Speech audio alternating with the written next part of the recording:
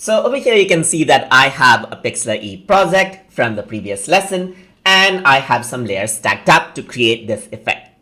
So if you want to save this out, then all you need to do is go around into home, and then the project is saved out. You go to home, the first thing that you see is your project itself. It is automatically saved out onto your web account as long as you're signed in.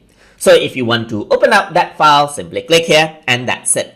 You can go around into file and then save is an option. So if you want to manually save it, to be sure, you can click on save, and then what happens is that you have different options. For example, you can give a file name right here. Let's say, for example, if you want to go around and then type in lollipop right here. So I'm just going to say lollipop, just like this.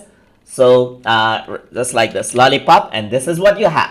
You can go around, choose the file type that you wish. So JPG is for images. You can choose the quality right here. PNG is for transparent images, while WebP is for web format, and PXZ is the larger file. It is the native Pixlr document format which you can see. And once you're happy with the format that you want to download the document in, simply click on download, and then it is creating the file, as you can see. So on the desktop, I can just save this out, and then it gets saved out onto the desktop, as you can see, just like that.